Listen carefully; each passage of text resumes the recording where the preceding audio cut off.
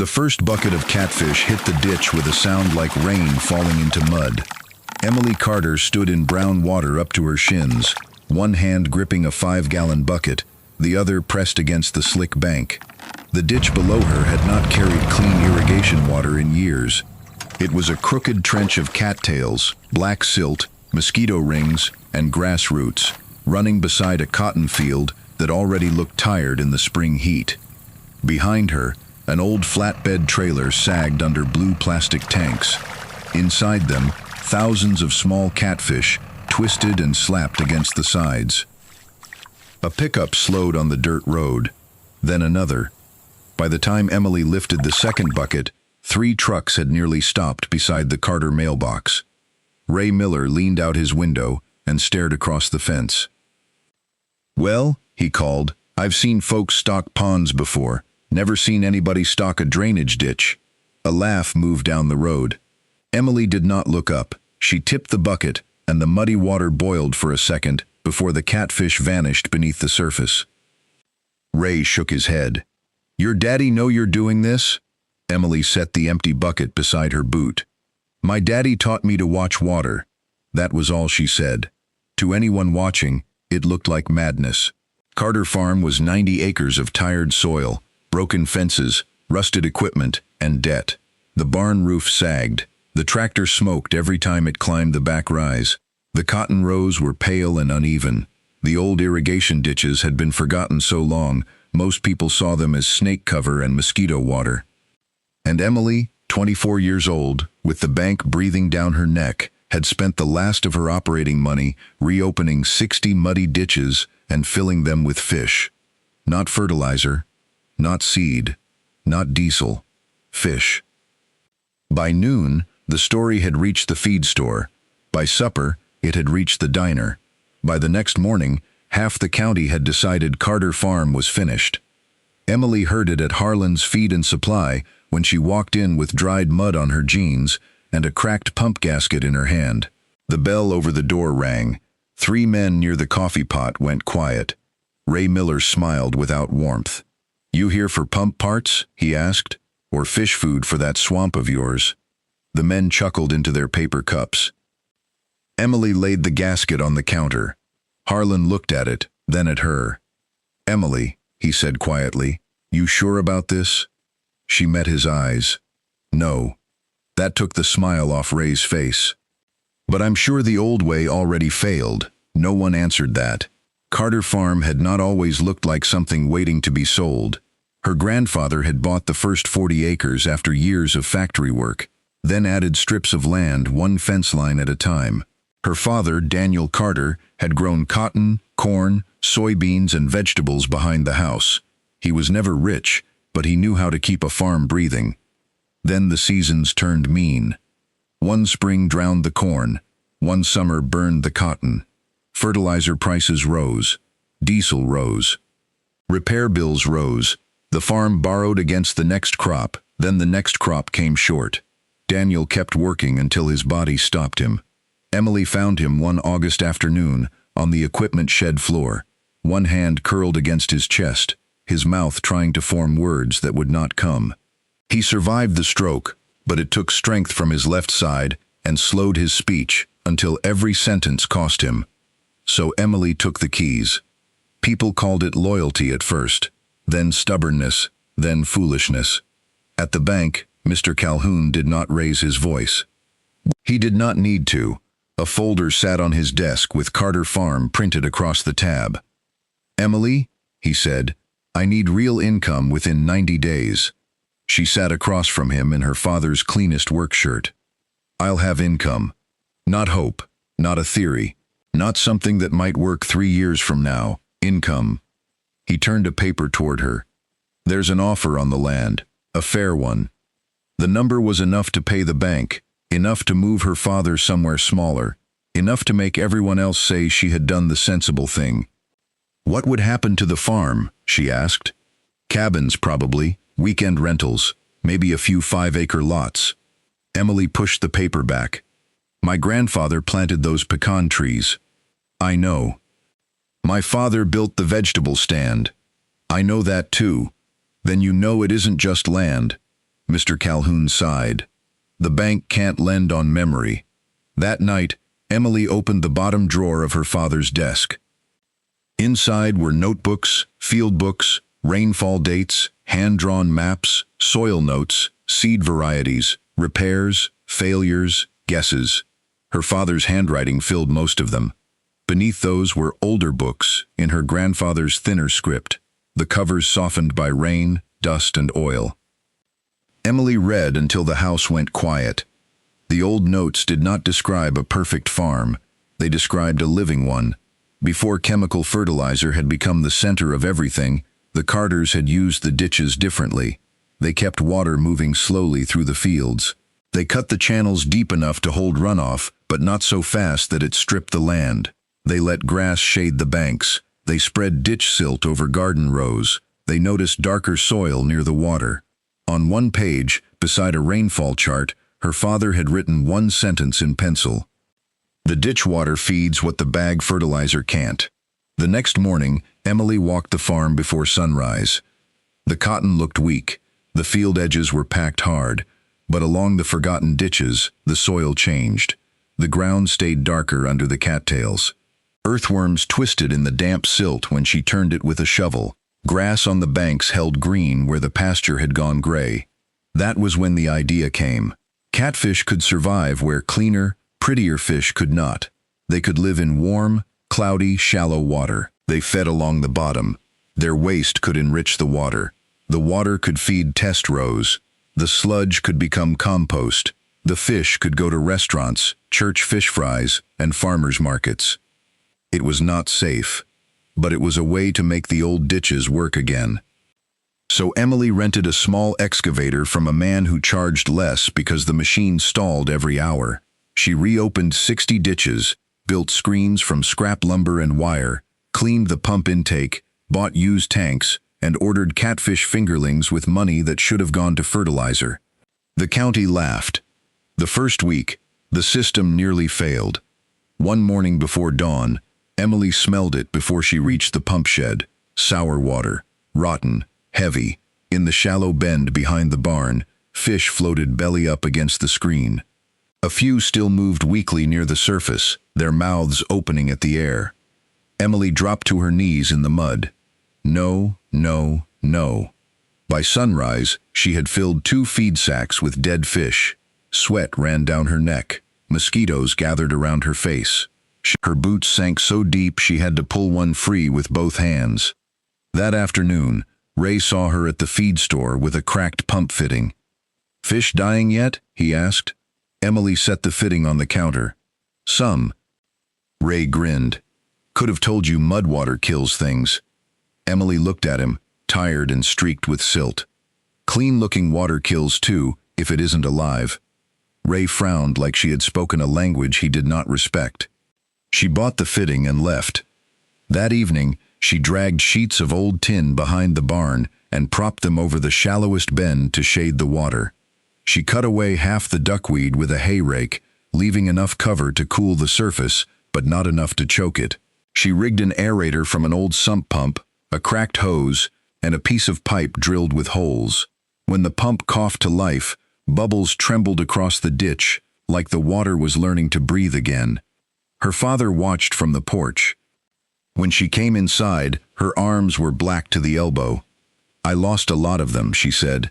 Daniel sat at the kitchen table with his notebook open. "Then write it down." So she did. Too much duckweed cuts air. Shallow bends heat first. Shade saves fish before medicine does. The notes did not feel like wisdom. They felt like bruises. In July, a storm hit hard and fast. Rain hammered the tin roof. Water tore through the ditches, pushing sticks and grass against the screens. At the third screen, the frame twisted loose. Emily waded in thigh deep. The current shoved her sideways. She grabbed the frame with both hands, but the mud gave under her boots and she went down hard. For a second, the ditch closed over her ears. She came up coughing and saw catfish washing through the gap into the flooded turn row. "Emily," her father's voice came from the porch. She could barely see him through the rain. "Go back inside," she shouted. He did not move. She dragged sandbags from the shed one at a time and threw them against the broken frame. Twice the current shoved them aside. The third time they held. She hammered a scrapboard into place while rain ran into her eyes. By morning, the road was lined with tire tracks where trucks had slowed to inspect the damage. The truth looked bad enough. But beneath the mess, small changes began. The cotton nearest the ditches held a deeper color. The leaves were thicker. The soil stayed damp 2 inches deeper than the dry middles. Behind the barn, a small okra patch watered with diluted ditch water pushed broad green leaves while the rest of the garden struggled. The compost pile mixed with ditch silt and straw warmed under its crust. Emily built a filter from 2 cracked plastic totes, an old livestock trough, gravel, wire mesh, and hose clamps. It looked like junk, but it slowed the water enough for heavy sludge to settle before she sent the rest toward the test rows. One afternoon, Harlan drove out with a box of used valves. "I was going to throw these away," he said. Emily wiped sweat from her cheek. "How much?" He looked at the ditches, then at the cotton beyond them. "Take them." She waited for the joke. None came. Harlan nodded toward the water. "You really think this'll work?" Emily watched a catfish roll under the surface. "I think it already is. Just not fast enough." That was the truth that followed her home every night. The farm was changing, but the bank did not care about green leaves unless they became money. Fish needed time to grow. Cotton needed time to fill. Restaurants wanted steady supply, not promises. Every repair took dollars from somewhere else. In August, the kitchen table disappeared under paper. Mortgage notice, feed bill, pump repair invoice, fuel receipt, electric bill, market application. Emily sat under the yellow light, adding numbers until her eyes burned. Outside, heat lightning flashed without rain. The phone rang. "Mr. Calhoun." "Emily," he said, "we need updated numbers by the end of the month." "I know. The board won't extend on sentiment." She looked at the notebook open beside the bills. "I'll bring numbers." After she hung up, Daniel's voice came from the hallway. "Em." She turned. Her father stood there holding the doorframe with his good hand. "You quitting?" Emily looked down at the bills. "I don't know if I'm saving it or just making the ending more expensive." Daniel lowered himself into the chair across from her. "Field at noon looks dead." Emily stared at him. He worked the next words out slowly. "Check it at dawn." The next morning, she walked the farm before sunrise. She crossed the cotton rows, knelt near the ditch, and pushed her fingers into the soil. The top was crusted. Beneath it, the ground was damp. Not saved. Not safe. But alive. Then the rain stopped.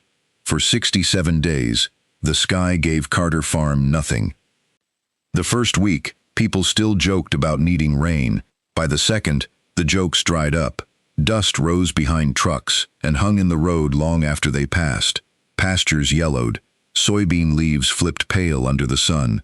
Cornfields fired from the bottom up until they sounded like paper in the wind. By day 23, the county paper used the word drought. By day 40, ponds pulled away from their banks, leaving rings of cracked mud. Cattle stood in shade and bawled at empty troughs. By day 52, Emily's lips had split from the heat. The skin across her knuckles cracked every time she tightened a hose clamp. Her shoulders burned under her shirt. She stopped washing mud from her arms at the kitchen sink and used leftover water from a feed bucket instead. At night, she lay awake in the hot dark, listening for thunder that never came. Every morning, she walked the ditches before sunrise because by 9 o'clock, the metal pump handle burned her palm. The ditches dropped every day. Emily marked the waterline with stakes and watched the brown surface sink inch by inch. Some stretches turned too shallow, and she moved fish by hand in buckets, carrying them through heat so heavy the horizon trembled. One afternoon, the pump coughed and died. The sound that followed was worse than noise. Silence. Emily tore the cover off the motor with shaking hands. The metal burned a blister into her palm. Dust stuck to the sweat on her face. From the ditch behind her, the water lay still and dull. Ray Miller's truck slowed at the fence. For once, he did not call out. Emily found the burned wire, stripped it with a pocket knife, wrapped the connection, and prayed the breaker would hold. When the pump finally kicked again, coughing water through the line, she sat down hard in the dirt and covered her face with both hands. No one on the road laughed. The drought stripped everyone down to what worked. Fields that had looked strong in June began to fold. Fertilizer sat useless in dry soil where roots could not reach it. Wells weakened. Diesel bills climbed. A neighbor's pond turned gray, then mud. At the diner, men stared into coffee cups with hollow faces. At Carter Farm, the ditches looked ugly. They were narrow, brown, and low. Grass on the banks crisped at the tips. The mud cracked where water had fallen away. But beneath the surface, fish still moved. The shaded bends held. The deeper cuts held. The old channels kept just enough water to matter. Emily stopped trying to save everything. She chose. The weakest cotton went dry. The far corner was abandoned. She used ditch water only where the plants had a chance to finish. She watered before dawn and after sunset.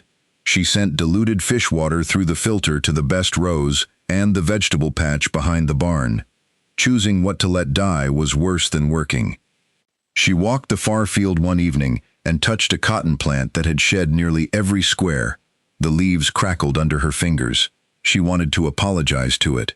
Instead, she pulled the flag marker from the row and moved it to the field that still had hope. By the end of the drought, the difference could be seen from the road. Across the fence, Ray Miller's cotton had turned gray-green and thin. On Carter land, the rows nearest the ditch system were not beautiful, not easy, not lush, but they stood. Their leaves were darker. Their bowls held. The soil cracked, but not as deep. Behind the barn, okra kept producing. The fish, lean from the heat but alive, fed in the shaded bends at dusk. The county agent came back on day 61. This time, he carried sample bags, a probe, and a camera. He pushed the probe into Ray's field across the road, then into Emily's near the ditch-fed rows. In Ray's field, the probe fought him. In hers, it slid deeper before meeting resistance. He looked up. "What are you running through the lines?"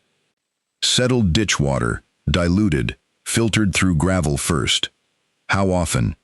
"Before sunup or after dark." "And the fish?" "Still alive." He glanced toward the ditch. "I'd like to document this."